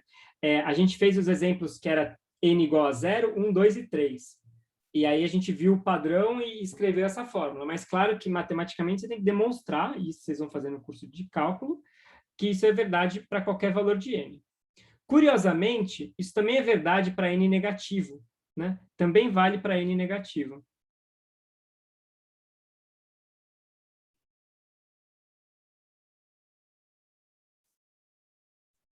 Isso é bem legal. Então, por exemplo, qual que é a derivada da função 1 sobre t? Isso, Raul. Vale, na verdade, para qualquer n. Qualquer n complexo, inclusive, não precisa nem ser real. Mas calma lá, né? Vamos com calma. Vamos começar só com os negativos. Né? Mas então, olha só. Isso aqui vale, por exemplo, para esse caso aqui, ó, a função 1 sobre t. Porque a função 1 sobre t, ela é a gente pode escrever ela assim, né? É ddt de t elevado a menos 1. Tá? Então, nesse caso, o n é menos 1. O expoente que sai é menos 1, né? O mesmo expoente que está aqui vem para cá, e o que sobra é menos 1, menos 1. Ou seja, é menos t elevado a menos 2, ou menos 1 sobre t ao quadrado. Tá? Eu não vou demonstrar isso daqui usando a definição, mas eu vou deixar isso aqui para vocês como exercício. É tranquilo. Tentem começar com essa função aqui, 1 sobre t, e usar essa definição de derivada para ver que isso daqui vale. Tá?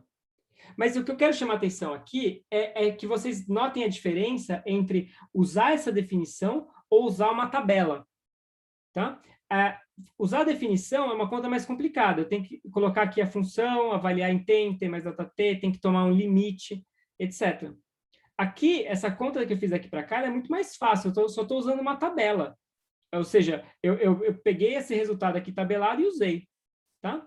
Então, isso é parte do jogo, gente. É parte do jogo saber como é que faz a conta, mas não precisa ficar fazendo conta desnecessariamente. Né? Ou seja, não precisa ficar fazendo conta se tem um valor tabelado. Então, tem que ter uma certa engenhosidade aí de saber usar valores tabelados e fazer a conta quando realmente precisa. Pergunta, preciso decorar isso daqui? Não, claro que não. Mas eu te garanto que você vai. Eu prometo para vocês que vocês vão decorar isso daqui, porque isso daqui vai aparecer com tanta frequência esse semestre, não só no curso de física, mas no curso de cálculo, e depois em outros semestres, etc., que vocês vão decorar isso daqui, do mesmo jeito que a gente decorou que 4 dividido por 2 é 2.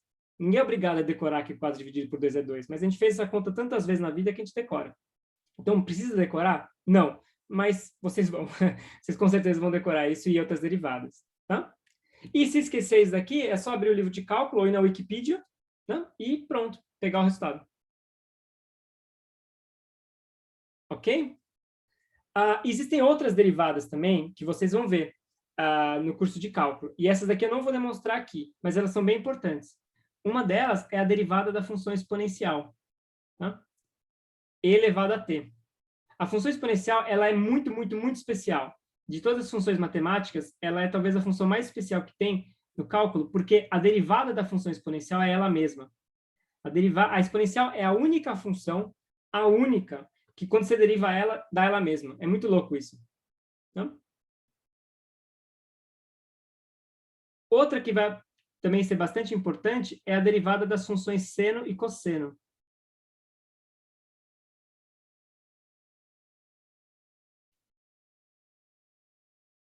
E essas derivadas, elas estão relacionadas entre si. A derivada do seno é o cosseno, e a derivada do cosseno é menos o seno. Tá? Então, essas funções, elas meio que dão um loop. Você deriva uma, você cai na outra, você deriva a outra, você cai na uma com sinal de menos. Tá? Essas derivadas, como eu disse, não vou demonstrar aqui, mas pode ficar tranquilo que no curso de cálculo vocês vão ver isso daqui, com todo detalhe. Tá? E isso daqui forma, no fundo, as funções mais importantes para a gente ter uma tabela de derivadas. Ou seja, uma coisa é como demonstrar esse resultado. A outra coisa é como usar isso daqui para calcular derivadas, né? Então, tem um trabalho para demonstrar, mas uma vez demonstrado, agora a gente tem que aprender a usar isso daqui. Tudo bem, pessoal? Dúvidas? Faz sentido?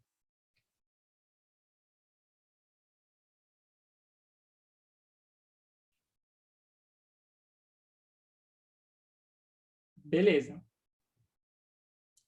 Então, o que a gente tem que ver agora, no fundo, são as regras para combinar derivadas.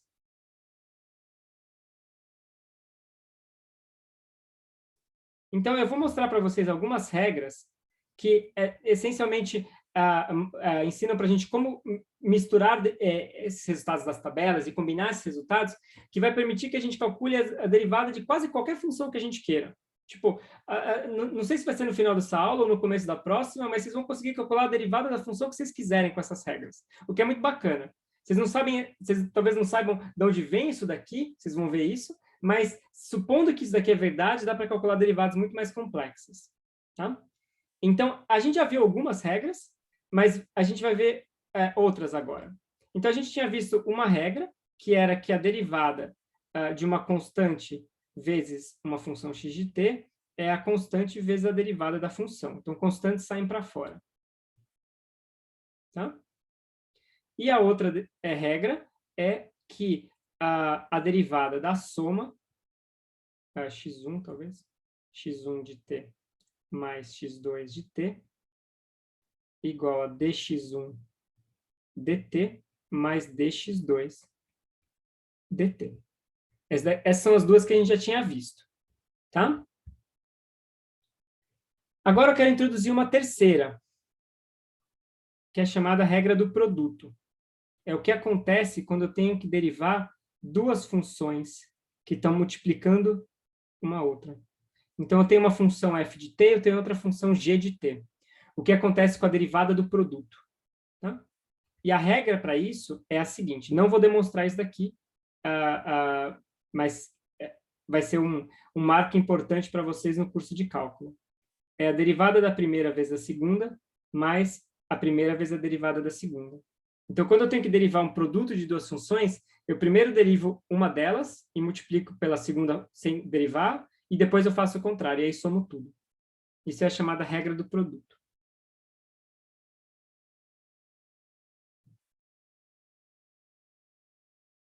Tá? E vai ter uma quarta regra aqui também, que vai ser a chamada regra da cadeia. Eu vou explicar ela daqui a pouquinho. Mas antes de eu explicar ela, vamos fazer alguns exemplos com a regra do produto.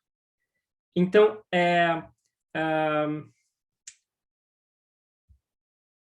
vamos começar com um exemplo simples. Então, vamos lá. Suponha que eu tenho que calcular o ddt de t e elevado a t. Então, você vê, eu olho aqui para a minha tabela e eu falo, bom, mas eu sei a derivada da função t, né? Eu consigo ler ela daqui. E eu sei a derivada da função exponencial de t. Mas aqui eu tenho a derivada do produto, então eu tenho que usar a regra número 3. Então, eu vou escrever isso como sendo a derivada do primeiro vezes a segunda, mais a primeira vezes a derivada da segunda.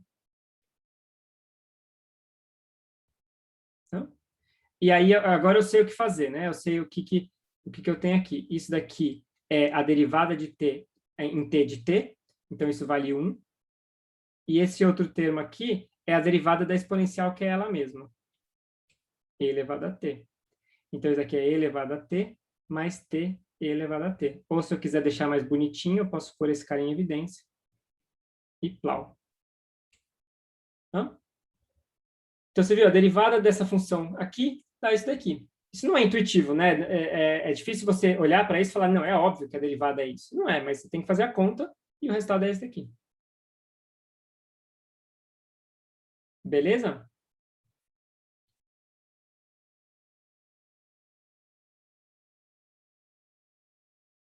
Vamos tentar fazer outro exemplo aqui.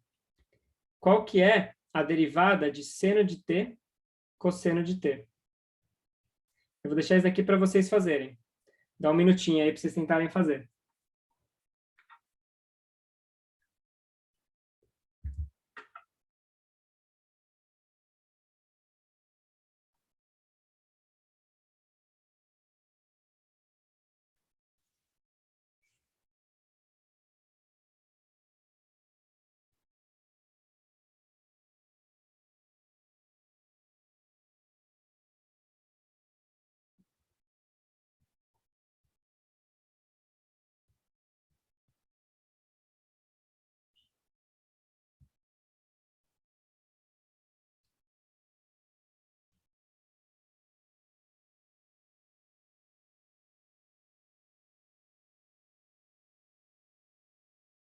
Cosseno ao quadrado menos seno ao quadrado, Raul? Vamos ver.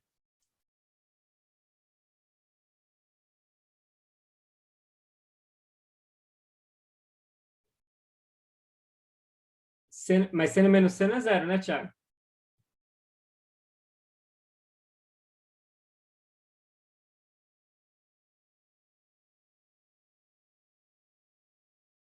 Cosseno menos seno, né?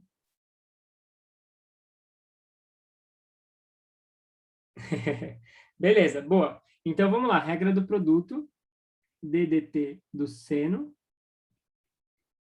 vezes o cosseno mais seno vezes o DDT do cosseno. E agora eu uso a tabela. Então, da minha tabela, o que eu tenho aqui? Olha para cá. Derivada do seno é cosseno, derivada do cosseno é menos seno. Então, derivada do seno é cosseno. Derivada do cosseno é menos seno. Então, eu tenho cosseno, cosseno, menos seno, seno. Perfeito.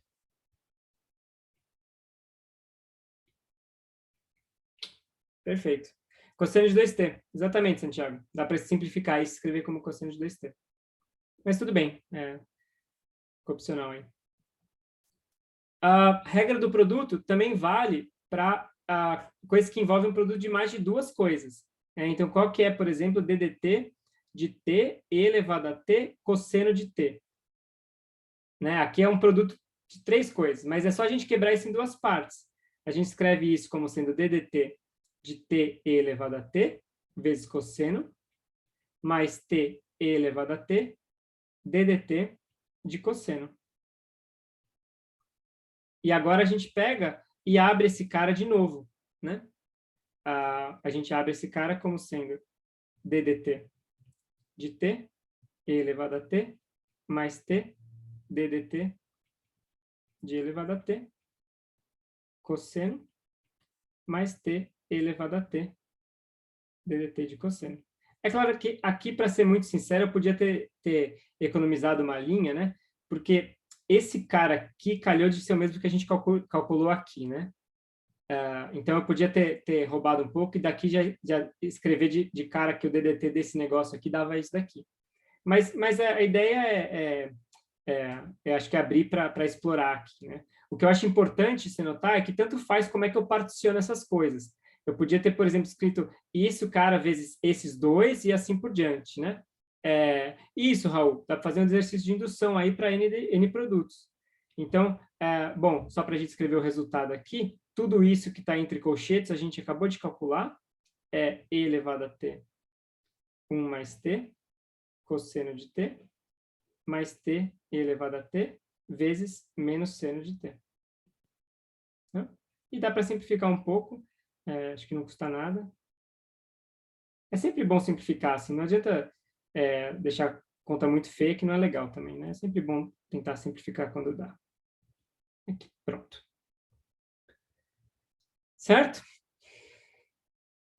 Perguntas?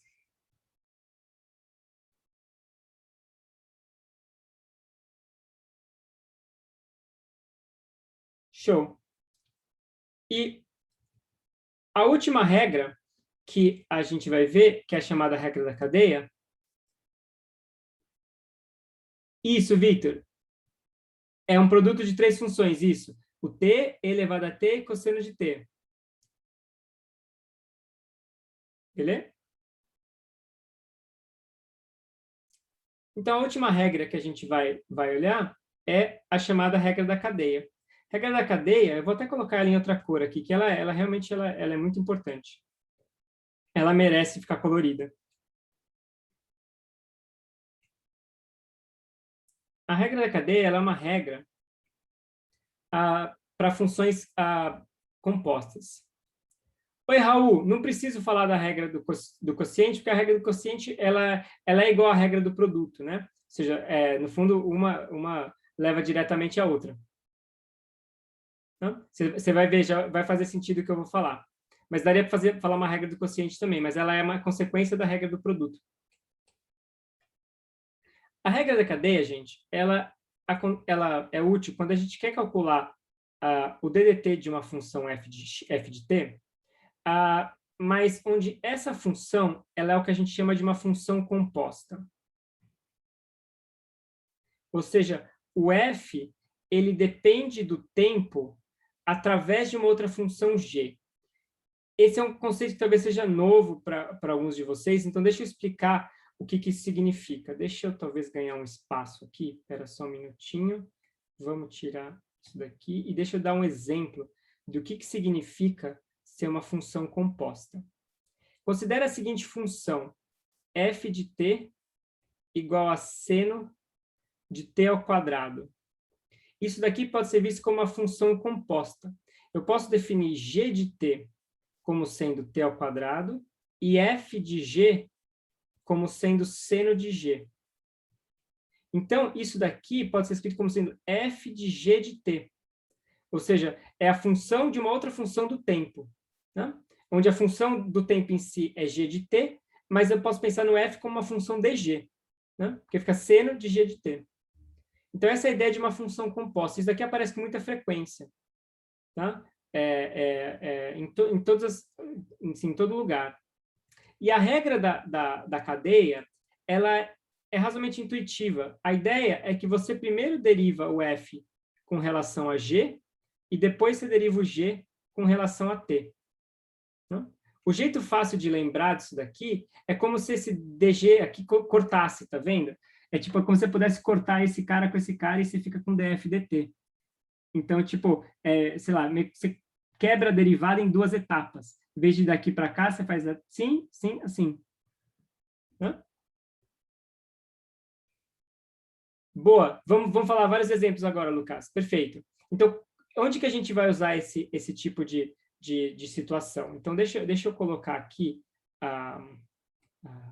lá para baixo e vamos fazer vários exemplos, então.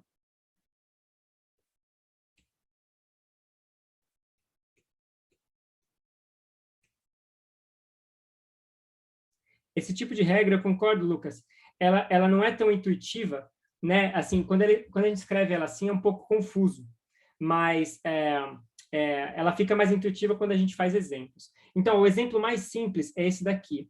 Suponha que f de t é igual a exponencial de 2t.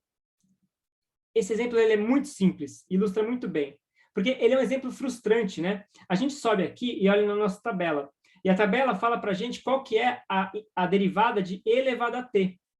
Mas não de e elevado a 2t. Aí você pensa, poxa, que sacanagem. Tipo assim, eu mudei uma vírgula, né, na minha função. Era, tipo, antes era t, agora é 2t. Tipo, eu não mudei nada, mas eu não sei. Como é que eu calculo a derivada de e elevado a 2t? Eu só sei calcular a derivada de e elevado a t.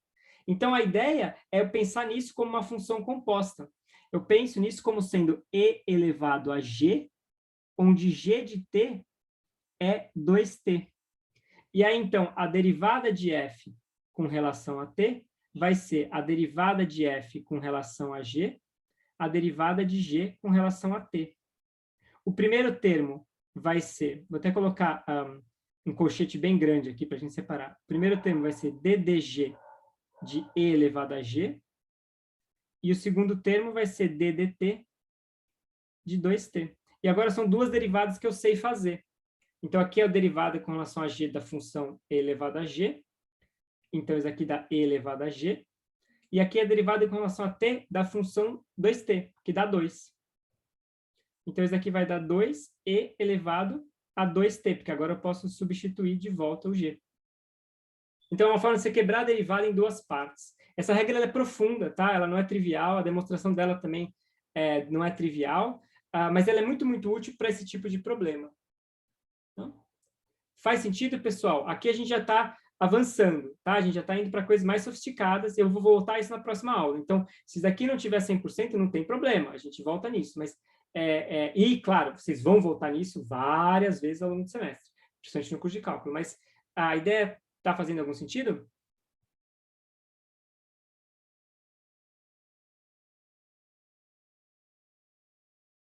Total? Show! Vamos ver mais exemplos, então, só para a gente terminar a aula em grande estilo. Vou colocar aqui, colocar uma bolinha aqui. Fazer mais um exemplo. Vamos pensar aqui um exemplo bacana. Vamos pensar assim, ó, f de t igual a 1 sobre t mais 3. E agora? Como é que a gente faz isso? Alguma sugestão?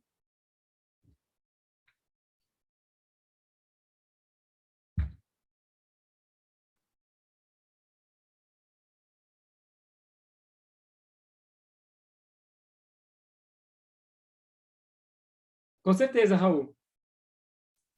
Boa, Gabriel. A gente pode escrever isso como sendo t mais 3 elevado a menos 1.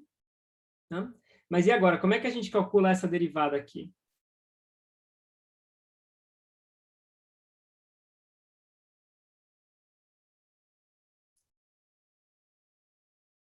Boa, Victor. Não é g de x, g de t, né? Mas tudo bem. Exatamente. A gente pode escrever isso daqui como sendo g a menos 1, onde g de t é t mais 3. Então, isso daqui vai ficar df dg, dg dt. Então, vai ficar de novo aqui, fazendo com cuidado, dg dt da função g a menos 1 e ddt da função t mais 3. Então, e esse cara aqui a gente calculou agora há pouco. Ó, vou subir aqui. Tá vendo? A gente tinha calculado aqui, ó. Era o ddt da função a menos 1, que dava menos 1 sobre a função ao quadrado. Né? A gente já visto que isso aqui era uma consequência dessa regra aqui. Né? Então, esse cara aqui dá menos 1 sobre g ao quadrado. E esse cara aqui dá 1, né? Porque a derivada de 3 é 0 e a derivada de t é 1. Então, isso daqui vai dar df dt igual a menos 1 sobre t mais 3 ao quadrado. Beleza?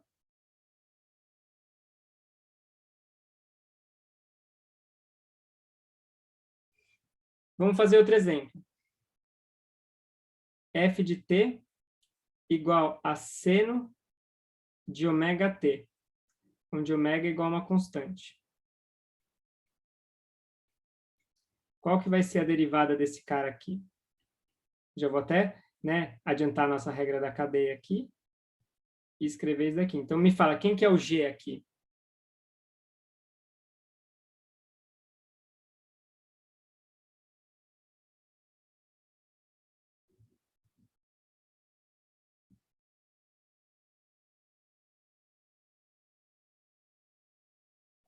Ômega t, perfeito. Então, g de t, o natural é que ele seja ômega t, né? Então, isso aqui vai ficar ddt de seno de g. Desculpa, perdão, fiz tudo errado aqui. Vou voltar aqui. ddg de seno de g e ddt de ômega t. Agora, aqui eu olho para a tabela. Então, eu vou subir rapidinho. Aqui, da tabela, derivada do seno é cosseno. Então, esse cara aqui é cosseno de g, e a derivada desse cara aqui é o próprio ômega. Então, vocês veem que a derivada, né, vou até escrever assim em destaque, a derivada ddt de seno de ômega t é igual a ômega cosseno de ômega t. Né? Então, esse tipo de derivada, gente, nossa senhora, em Física 2, vocês vão fazer esse tipo de derivada umas 3 vezes por hora. É tipo assim, um terço do curso de Física 2 vai ficar derivando seno de ômega t e cosseno de ômega t. Sério, é incrível. Então, aqui já esse tipo de fórmula é muito útil, você acaba até decorando. Você tem que derivar seno de ômega t, o ômega sai para fora aqui, né? Ou seja, você ganha um ômega extra e aí você deriva a função aqui. A mesma coisa vai valer para o seno, para o cosseno, e a mesma coisa vale também para a exponencial. Ó. Se vocês olharem nesse exemplo aqui, aconteceu a mesma coisa com a exponencial. Né? Eu tinha exponencial de... Aqui era 2t, né? Mas imagina aquele exponencial de, sei lá, ômega t. Ia ter caído um ômega e ficado a mesma função aqui. Né? Então, esse tipo de conta aparece com frequência. Pode pensar assim, né, Raicen? Ou seja, as da tabela seriam os casos limpos, né? Com os coeficientes iguais a 1, e agora a gente pode fazer com os coeficientes diferentes de 1 usando a regra da cadeia.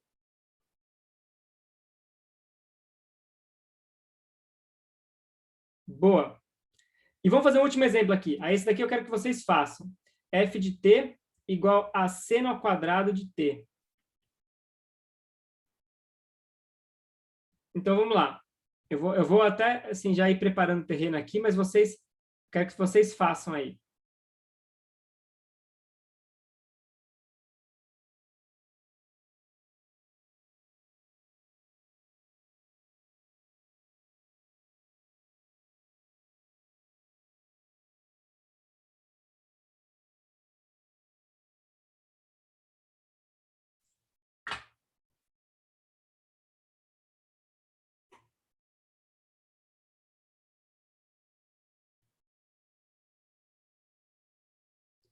Vamos lá, pessoal. Isso aí é para sextar. Boa, Laura. 2 seno t cosseno t. O que você escolheu como a sua função g, Laura?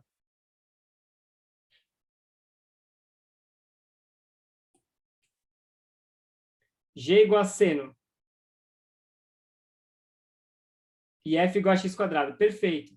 Então, a ideia é escrever isso daqui como sendo g ao quadrado, onde g de t é a função seno de t. Né? Porque aí fica seno de t ao quadrado. Boa. E aí, então, aqui eu fico dg de g ao quadrado e aqui ddt de seno de t. Aí, a conta aqui eu sei fazer. Esse primeiro cara aqui, ó, é ddg de g ao quadrado. É 2g. E esse outro cara aqui é a derivada do seno, que é cosseno. Então, agora eu volto com o g, né, para terminar, e fica 2 seno de t, cosseno de t. Show. Beleza, pessoal? Ó, falar para vocês, eu vou voltar nisso aqui na aula que vem, a gente vai fazer mais alguns exemplos. Nas notas de aula que eu vou colocar agora mesmo no site, tem outros exemplos lá para vocês treinarem, tá? Esse tipo de conta a gente não vai usar muito nesse começo de curso, tá? Então, assim, se alguém aqui está desesperado, não fique. A gente não vai usar esse tipo de conta mais complicada muito aqui. A gente vai usar de vez em quando, e aí a frequência com a qual a gente vai usando isso vai aumentando, né? A gente programa o curso para não ter que depender muito disso logo no começo, para não assustar ninguém, tá? Mas isso é útil de saber. Isso daqui é crucial de saber. Isso daqui é a parte, assim, a matemática universitária, assim, começa aqui. Então, eu recomendo fortemente que vocês tentem entender o que está aqui, revisem essa aula, façam esses exercícios, porque isso aqui realmente é importante. Não deixem para depois não, que vocês talvez se arrependam, tá? Mas é isso, pessoal. Eu parei por aqui. Se tiverem qualquer dúvida, só falar. Se não, até segunda. Tchau, professora. Obrigada pela aula. Tchau, Melissa. Obrigado. Bom fim de semana. Tchau, professor. Bom final de semana. Valeu, obrigadão. Bom fim de semana. Tchau, professor. Bom final de semana. Tchau, Tchau, Beatriz. professor. Tchau, senhor. Bom final de semana. Tchau, gente. Peraí que alguém perguntou aqui. Raul, em Física 2 estuda-se oscilações, fenômenos oscilatórios, teoria da relatividade e termodinâmica. Valeu, gente. Bom fim de semana. Valeu, Matheus. Fico feliz que tenha gostado. Valeu.